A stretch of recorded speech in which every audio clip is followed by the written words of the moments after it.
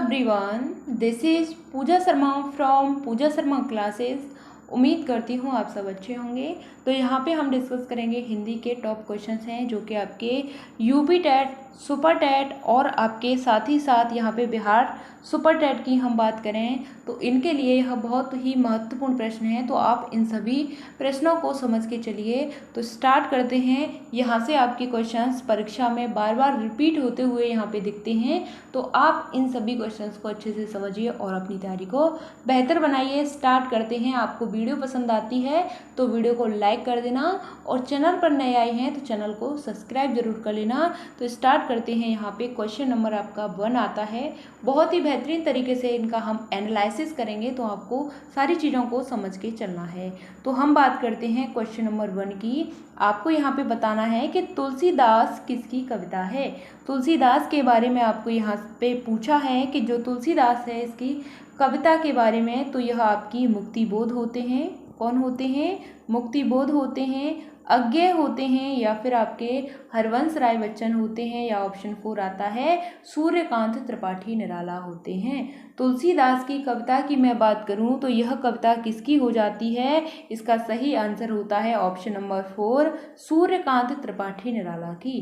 तुलसीदास किसकी कविता है? तो यह आपकी सूर्यकांत त्रिपाठी निराला की है।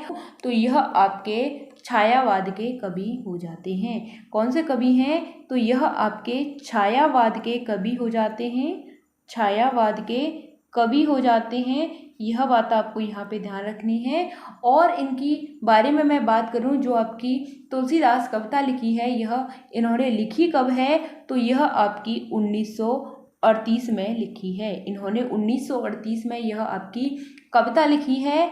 और मैं इनकी अन्य कविताओं की बात करूं, यहाँ पे इनकी अन्य कविताओं की बात करूं, अन्य कविताओं की मैं यहाँ पे बात करूं तो अन्य कविताएं कौन कौन सी हो जाती हैं? तो यहाँ पे मैं बात करूं इनकी कविताओं के बारे में तो वह आपकी परिमल हो जाती है। क्या हो जाती है?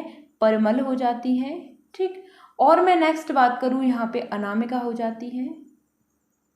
अनामिका हो जाती है। और मैं बात करूं आपकी गीतिका हो जाती है। क्या हो जाती है? यहाँ पे आपकी गीतिका हो जाती है। और 4th नंबर पर मैं यहाँ पे बात करूं तो इनकी कुकरमुत्ता हो जाती है। ठीक है, यह बात आपको यहाँ पे ध्यान रखनी है। जो तुलसीदास हैं इनके बारे में आपसे यहाँ पे पूछा है कि यह किसकी कविता है, तो यह आपकी सूर्यकांत त्रिपाठी निराला की कविता हो जाती है। सूर्यकांत त्रिपाठी निराला है, यह आपके छायावाद के कवि हैं। और मैं बात करूँ इनके बारे में, इन्होंने 1938 में यह कविता लिखी थी।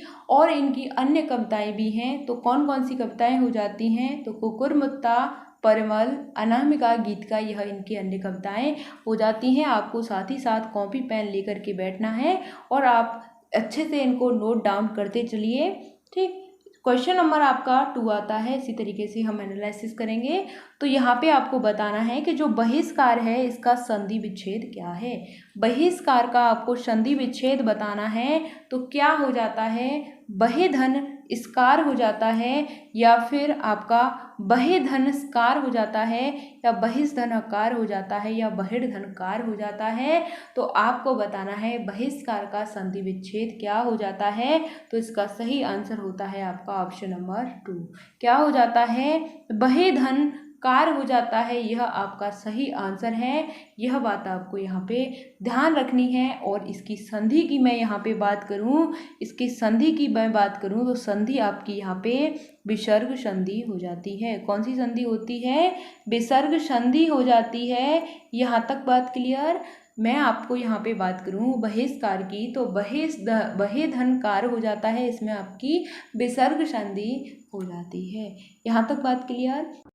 नंबर 3 आता है आपका। आपको यहाँ पे बताना है कि वैदेही वनवास किसकी रचना है। वैदेही वनवास यह किसकी रचना है? तो आपको बताना है यह आपकी अयोध्या सिंह उपाध्याय हरिऔध की है। यह आपकी रामधारी सिंह दिनकर की है। ऑप्शन 3 आता है मैथिली शरण गुप्त की है। ऑप्शन 4 आता है श्रीधर पाठक की है। तो वैदेही वनवास की मैं यहाँ पे बात करूँ तो यह किसकी रचना हो जाती है? तो वैदेही वनवास आपकी अयोध्या सिंह उपाध्याय हरिऔध की हो जाती है। वैदेही वनवास रचना आपकी अयोध्या सिंह उपाध्याय हरिऔध की हो जाती है। और इसकी मैं यहाँ पे बात करूँ तो जो आपकी वैदेही वनवास है इसकी रचना की मैं बात करूँ तो इसकी रचना कब हुई थी, तो इसकी रचना 1941 में हुई थी। वैदेही वनवास की रचना 1941 में हुई थी, यह बात आपको ध्यान रखनी है। और मैं हरिऔध के बारे में बात करूं तो यह आपके द्विवेदी युग के कवि थे। द्विवेदी युग के क्या थे, यह कवि थे, आपको यह ध्यान रखना है। यह आपके द्विवेदी युग के कवि हो जाते हैं। और इसकी रचनाओं की मैं बात करूं तो इनकी और भी अन्य रचनाएं हैं। इनकी क्या हैं, इनकी अन्य रचनाएं हैं, क्या हैं, अन्य रचनाएं हैं। तो इनके बारे में हम बात करते हैं कौन कौन सी हो जाती है। तो यहाँ पे हम समझते हैं, सबसे पहली आती है इनकी, तो क्या आती है, प्रिय प्रवास आती है। क्या आती है, प्रिय प्रवास आती है, आपको ध्यान रखना है, प्रिय प्रवास। सेकंड हम बात करें तो आपकी वैदेही वनवास हो जाती है। और आपकी यहाँ पे रस कलश हो जाती है। रस कलश आपकी यहाँ पे रचना हो जाती है। तो आपको ध्यान रखना है कि जो आपकी वैदेही वनवास है इसकी रचना आपकी 1941 में हुई थी और हरिऔध के द्वारा की गई थी। और हरिऔध के बारे में हम बात करते हैं तो यह आपके द्विवेदी युग के कवि थे। इनकी रचनाओं के बारे में हम बात करें तो इनकी रचनाएं आपकी प्रिय प्रवास और आपकी रस कलश और साथ ही आपकी वैदेही वनवास हो जाती है, आपको ध्यान रखना है। क्वेश्चन नंबर आपका 4 आता है, आपको बताना है कि कनुप्रिया के रचनाकार कौन हैं।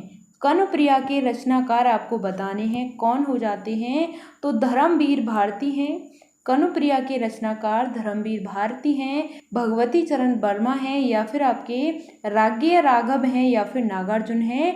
तो कनुप्रिया के जो रचनाकार हो जाते हैं कौन हो जाते हैं, तो इसका सही आंसर होता है आपका क्वेश्चन नंबर 4 का सही आंसर होता है आपका, यह आपके धर्मवीर भारती हो जाते हैं। कौन हो जाते हैं, धर्मवीर भारती आपके कनुप्रिया के रचनाकार हो जाते हैं। और मैं इनकी और भी रचनाओं के बारे में बात करूं तो इनकी और भी अन्य रचनाएं हैं जिनका नाम है आपका, यहाँ पे हम बात करते हैं और भी रचनाएं हो जाती हैं। जैसे हम यहाँ पे बात करते हैं तो इनकी रचनाएं हो जाती हैं यहाँ पे ठंडा लोहा, ठंडा लोहा। सेकंड बात करूं तो अंधा युग, बहुत ही महत्वपूर्ण यह रचना है आपकी अंधा युग। यह आपकी किसकी है, तो यह आपकी धर्मवीर भारती की रचना हो जाती है। कनुप्रिया रचना कार कौन हो जाते हैं कनुप्रिया के, तो धर्मवीर भारती हैं। ठंडा लोहा धर्मवीर भारती, अंधा युग धर्मवीर भारती। यहाँ तक बात क्लियर। क्वेश्चन नंबर 5 बताना है, आप बीती शब्द में समास है। आप बीती शब्द में कौन सा समास होता है, तो कर्मधारय समास है, द्वंद्व समास है, द्विगु समास है, या फिर आपका तत्पुरुष समास हो जाता है। तो आप बीती शब्द में कौन सा समास हो जाता है, तो इसका सही आंसर होता है आपका यहाँ पे, तो यहाँ पे आपका तत्पुरुष समास हो जाता है। आप बीती शब्द में आपका तत्पुरुष समास हो जाता है। और तत्पुरुष समास के भेद की मैं यहाँ पे बात करूँ तो इनके 6 भेद हो जाते हैं। कितने भेद होते हैं, 6 भेद होते हैं। 6 भेद के बारे में मैं यहाँ पे बात करूँ तो आपका कर्म तत्पुरुष होता है, करण तत्पुरुष होता है, संप्रदान तत्पुरुष होता है, अपादान तत्पुरुष होता है, संबंध तत्पुरुष होता है और आपका अधिकरण तत्पुरुष हो जाता है। यह आपके यहाँ पे तत्पुरुष समास के 6 भेद हो जाते हैं। कर्म तत्पुरुष, करण तत्पुरुष, संप्रदान तत्पुरुष, अपादान, संबंध और अधिकरण तत्पुरुष हो जाते हैं। क्वेश्चन नंबर 6 आता है, आपको बताना है कि तद्भव पत्रिका के संपादक का नाम है। तद्भव पत्रिका के संपादक का आपको नाम बताना है, तो लीलाधर जगूड़ी हो जाता है, विश्वनाथ प्रसाद तिवारी होता है, या फिर अखिलेश होता है, या फिर हरे प्रकाश उपाध्याय होता है। तो आपको इसका आंसर बताना है कि जो तद्भव पत्रिका है इसके संपादक की बात करें तो इसके संपादक आपके अखिलेश हो जाते हैं। कौन हो जाते हैं, अखिलेश हो जाते हैं। ऑप्शन नंबर 3 आपका सही आंसर है। और मैं इनके बारे में बात करूं तो यह आपके जो आपकी पत्रिका है यह कहाँ से प्रकाशित है, तो यह आपकी लखनऊ से प्रकाशित है। जो आपकी तद्भव पत्रिका है यह आपकी लखनऊ से प्रकाशित है, यह बात आपको ध्यान रखनी है। तो इसके जो लेखक हो जाते हैं वह आपके अखिलेश हो जाते हैं। क्वेश्चन नंबर आपका 7 आता है। तो आपको बताना है कि जो सूरसागर है यह किस भाषा की रचना है। सूरसागर है यह किस भाषा की रचना है। तो इसमें आपको बताना है यह आपकी अवधी बुंदेली हो जाती है, बुंदेली होती है या फिर ब्रज होती है या फिर छत्तीसगढ़ी होती है। तो आपको बताना है यहाँ पे कि जो सूरसागर रचना है यह किसकी है और किस भाषा में यह रचित है। तो इसका सही आंसर होता है आपका यहाँ पे ऑप्शन नंबर 3। तो यह सूरसागर रचना है आपकी ब्रज भाषा में है। और इसकी मैं बात करूँ तो इसके जो रचनाकार हैं कौन हो जाते हैं, तो सूरदास इनके रचनाकार हो जाते हैं। कौन हो जाते हैं, सूरदास इनके रचनाकार हो जाते हैं और यह आपकी ब्रज भाषा की रचना है। ठीक, क्वेश्चन नंबर आपका 8 आता है। आपको बताना है कि वीरों का कैसा हो वसंत कविता किसने लिखी है। वीरों का कैसा हो बसंत यह कविता किसने लिखी है, यह बात आपको बतानी है। तो सुमित्रा कुमारी चौहान ने लिखी है, माखनलाल चतुर्वेदी ने लिखी है, रामधारी सिंह दिनकर ने लिखी है या फिर सुभद्रा कुमारी चौहान ने लिखी है। तो वीरों का कैसा हो बसंत यह जो कविता है किसने लिखी है, तो इसकी मैं यहाँ पे बात करूँ तो यह कविता आपकी सुभद्रा कुमारी चौहान ने लिखी है। किसने लिखी है, सुभद्रा कुमारी चौहान ने लिखी है। और यह झांसी की रानी इनके लिए यह प्रसिद्ध कविता है। किसके लिए प्रसिद्ध है, तो यह आपकी झांसी की रानी के लिए, झांसी की रानी के लिए यह क्या है, प्रसिद्ध कविता है। क्या है, प्रसिद्ध कविता है। यह बात आपको यहाँ पे ध्यान रखनी है। ठीक, वीरों का कैसा हो बसंत यह कविता किसके द्वारा लिखी है, तो यह आपकी सुभद्रा कुमारी चौहान के द्वारा लिखी गई कविता है। और मैं इसकी बात करूं तो यह झांसी की रानी इसके लिए यह बहुत ही प्रसिद्ध कविता हो जाती है।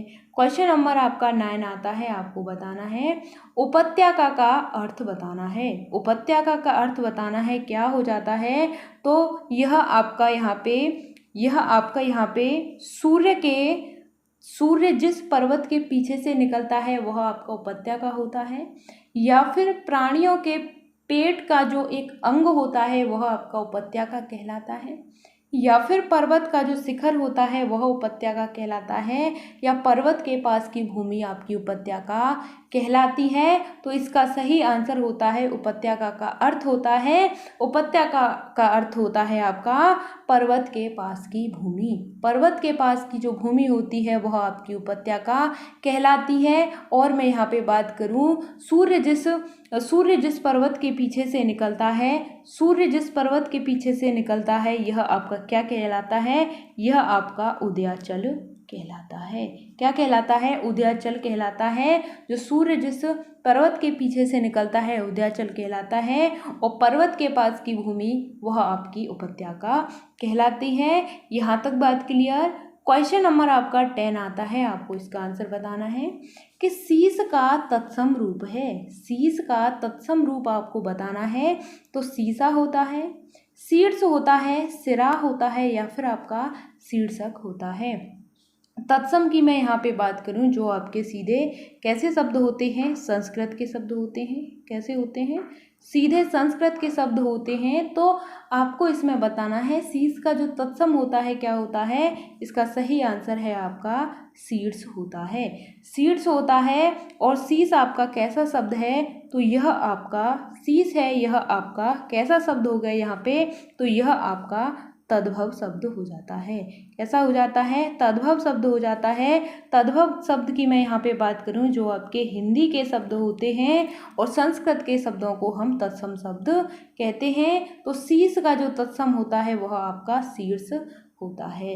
यहाँ तक बात क्लियर, आपको सभी क्वेश्चन समझ में आ गए होंगे, ऐसी मैं आपसे उम्मीद करती हूँ। आपको वीडियो पसंद आती है तो वीडियो को लाइक ज़रूर कर देना। मैं आपको यहाँ पे यूपी टेट के प्रीवियस ईयर पेपर्स आपको यहाँ पे डिस्कस करा ही रही हूँ 2023 के लिए। तो यहाँ पे हम प्रीवियस ईयर क्वेश्चन पेपर्स को डिस्कस कर ही रहे हैं, तो आप इनको समझिए। और मैं आपको सिलेबस के अकॉर्डिंग भी क्लासेस करा रही हूँ, तो आप उन क्लासेस को भी देखिए। मिलते हैं फिर आपको आगे की नेक्स्ट वीडियो में। अगर आपका कोई भी डाउट होता है तो आप हमसे कमेंट के माध्यम से पूछ सकते हैं, हम आपको आपकी हर एक कमेंट का आंसर करेंगे। तो मिलते हैं फिर आपको आगे की नेक्स्ट वीडियो में, तब तक के लिए थैंक्स फॉर वॉचिंग। जय हिंद, वंदे मातरम।